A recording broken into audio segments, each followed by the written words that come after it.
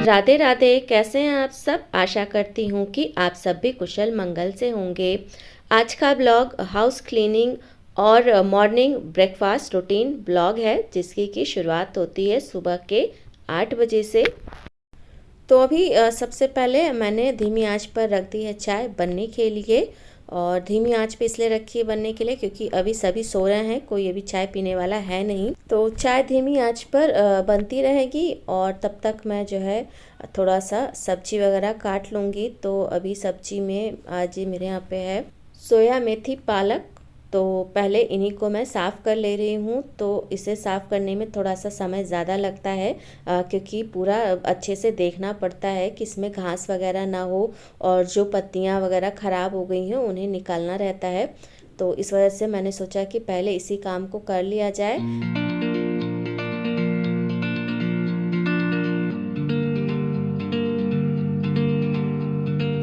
तो आधे घंटे की मेहनत के बाद साग मैंने साफ़ कर लिया है। और अब मैं और जो बाकी की सब्जियां हैं जैसे प्याज, लहसुन, आलू, उन सबको भी छील कर रख लूँगी। और इन्हें मैं ना थोड़ी ज़्यादा मात्रा में छील कर रख रही हूँ ताकि मुझे आवश्यकता पड़ने पर बार बार छीलना ना पड़े, बस लेके तुरंत काट करके यूज़ कर लूँ। और अक्सर ही मैं यही काम करती हूँ, खास करके विंटर्स में, क्योंकि दिन काफ़ी छोटे होते हैं। तो मेरा ये जो है मेन्यू डिसाइड रहता है कि मॉर्निंग ब्रेकफास्ट से लेकर डिनर तक मुझे क्या क्या बनाना है।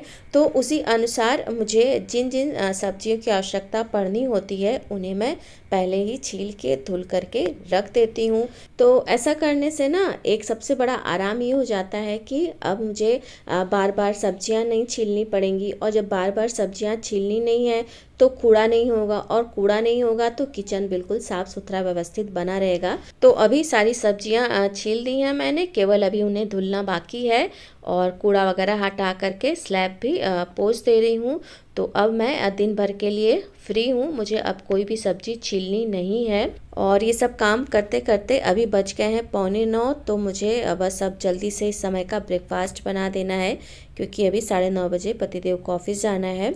तो आज ब्रेकफास्ट में बना रही हूँ पोहे। तो इसके लिए मैंने कढ़ाई में 2 चम्मच सरसों का तेल गरम कर लिया। और जब तेल गरम हो गया तो इसमें मैंने राई डाली है। राई जब थोड़ी सी चटक गई तब इसमें मैंने बारीक कटी हुई प्याज, करी पत्ता, हरी मिर्च, आलू, मटर और स्वादानुसार नमक डाल दिया है। और इन सबको अच्छी तरह से मिला करके मैं ढक करके रख दूंगी पकने के लिए। और इन्हें तब तक पकाना है जब तक कि आलू और मटर अच्छी तरह से गल ना जाएं। इन्हें पकते हुए 4 से 5 मिनट का समय हो चुका है। तो एक बार मैं इस पलटे से आलू को काट करके चेक कर ले रही हूँ। आलू बहुत ही आराम से कट जा रही है। तो ये पक गए हैं। तो अब इसमें मैंने एक बड़ी कटोरी पोहे को डाला है। पोहे को मैंने अच्छी तरह से पहले धुल लिया है और अब इसके बाद इसमें डाला है। तो इसे अच्छी तरह से मिला ले रही हूँ पहले। और इस समय मैंने गैस की आंच धीमी कर दी है। इन्हें अच्छी तरह से मिलाने के बाद लास्ट में मैंने इसमें हरा धनिया और 1 चम्मच नींबू का रस डाला है। और इन्हें भी अच्छे से मिला करके गैस बंद कर दे रही हूँ। पोहा तैयार है और अब बस इनका ब्रेकफास्ट निकाल के मैं दे रही हूँ। और साथ ही में चाय भी बन गई है तो चाय भी छान ले रही हूँ। और अब बैठ के मैं भी थोड़ी देर पीऊँगी चाय आराम से। और इसके बाद बाकी के काम करूँगी। तो ये भी यहाँ पे अपना ब्रेकफास्ट कर रहे हैं और यहाँ पे रख दी है चाय। और चाय लाते समय ट्रे में गिर गई है क्योंकि एक हाथ में कैमरा था तो थोड़ा सा डिसबैलेंस हो गया। तो अभी चाय पी ली है और पतिदेव ऑफिस भी चले गए हैं। और अब आ गई हूँ दोबारा से किचन में। और आने के बाद सबसे पहला काम कर रही हूँ साग को धुलने का, क्योंकि इसे भी धुलने में थोड़ा सा टाइम लग जाता है। साग को कम से कम 3 पानी धुलना रहता है। तो अभी मैंने इसे पहले एक बार धुला गहरे बर्तन में, फिर इसको निकाल करके दूसरे गहरे बर्तन में डाला, फिर इसमें पानी भरा और फिर इसे धुला। तो करीब 3 बार मैंने इसे धुला है। और अब धुलने के बाद इसे रख दिया। और साथ में ही सुबह मैंने और भी जो सब्जियां छीली थी तो उन सबको भी धुल करके रख दिया है। और अब बारी है सारा किचन साफ़ करने की। बच्चे भी सो के उठ गए हैं तो उन्हें भी एक बार चाय दे दी है। सब अपने रूम में ही है क्योंकि ठंड काफ़ी ज़्यादा हो रही है इस समय। और बस स्लैब वगैरह जो है साफ़ कर दे रही हूँ। और किचन अब जो है दिन भर के लिए बिल्कुल साफ़ सुथरा बना रहेगा, क्योंकि जिस चीज़ से किचन में सबसे ज़्यादा गंदगी होती है वो काम जो है मैंने सुबह ही कंप्लीट कर लिया है, मतलब कि सब्जियों से, क्योंकि सब्जियों को छीलने पे बहुत ज़्यादा उससे गंदगी इकट्ठा होती है।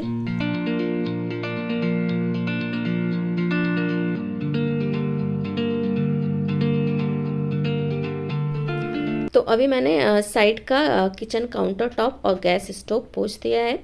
साथ में कुछ बर्तन भी धुले हैं, तो इन्हें किचन टॉवल पर रख दिया है। ये थोड़ी देर में अपने आप ही सूख जाएंगे, तो इन्हें कैबिनेट में रख दूंगी। और अब बाकी का जो बचा हुआ स्लैब है इसे भी पोंछ दे रही हूँ।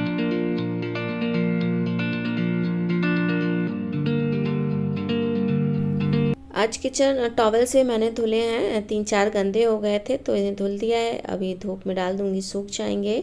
और फाइनली किचन साफ सुथरा व्यवस्थित हो गया है। केवल लंच बनाना रह गया है, तो वो अब दोपहर में बनाऊंगी।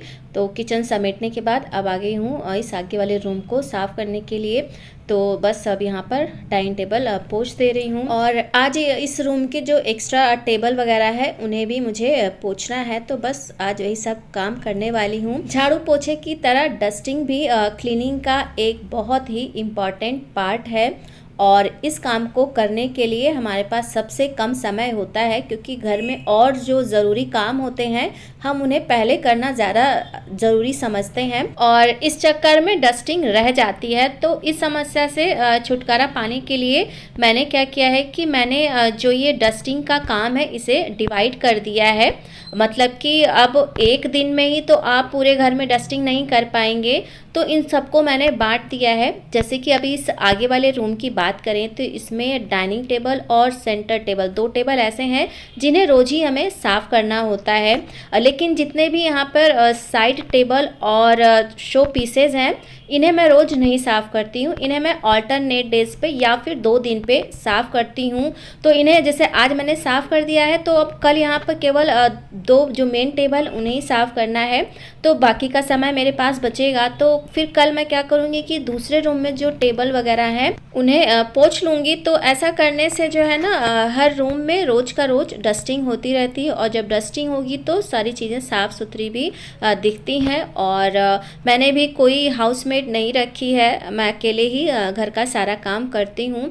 तो जब आप अकेले होते हैं घर में, जब आपको सारी चीज़ें खुद देखनी होती हैं, तो इस तरीके से छोटी छोटी सी टिप अपनाकर सारे कामों को मैनेज करना होता है, क्योंकि घर के सारे काम ही इम्पॉर्टेंट हैं। आप किसी को भी छोड़ नहीं सकते हैं, आप खाना बनाना नहीं छोड़ सकते हैं, साफ़ सफाई नहीं छोड़ सकते हैं, तो करना सारे कामों को ही है। तो क्यों ना कुछ ऐसे तरीके हम अपनाएं जिनसे हमारा सारा काम भी हो जाए और मूड भी ठीक रहे।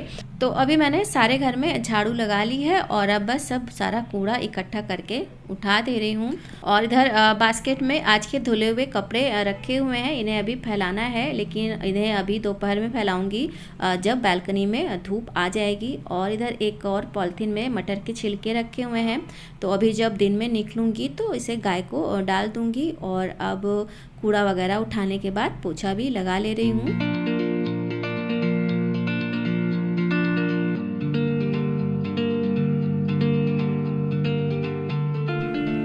तो बस अभी काम ख़त्म करके नहा के आ गई हूँ अपने छोटे से मंदिर में, अपने भगवान के पास। तो अभी मैं करूँगी पूजा। पूजा करने में मुझे थोड़ा सा समय लगता है।